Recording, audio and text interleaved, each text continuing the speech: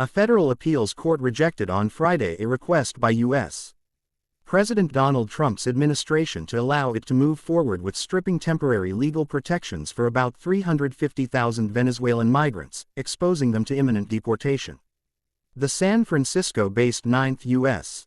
Circuit Court of Appeals declined to pause a lower court judge's March 31 order halting Homeland Security Secretary Kristi Noem's decision to terminate the temporary status that was granted to some Venezuelans.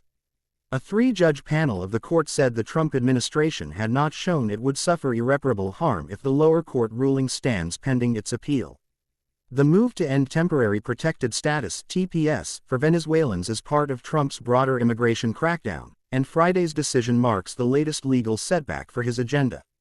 A judge in a separate case has said Trump administration officials could face criminal contempt charges for violating his order halting deportations of alleged members of a Venezuelan gang.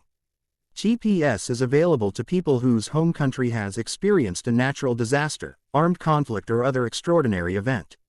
The Ninth Circuit's decision came in a lawsuit filed by several Venezuelans living in the U.S. and the National TPS Alliance, which advocates for immigrants who have been granted temporary protected status. The group and the U.S. Department of Homeland Security did not immediately respond to requests for comment. Their lawsuit challenged Noem's February 3 decision to end TPS for about 348,000 out of the approximately 600,000 Venezuelan immigrants in the program, effective April 7. Had the termination of TPS taken effect, they could have faced the prospect of deportation and the loss of work permits. The rest of the Venezuelans in the program could lose their legal status and associated benefits in September. At least 4 other lawsuits have been filed challenging Noem's termination of TPS protections for Venezuelans and Haitians that were implemented by the administration of Democratic former President Joe Biden.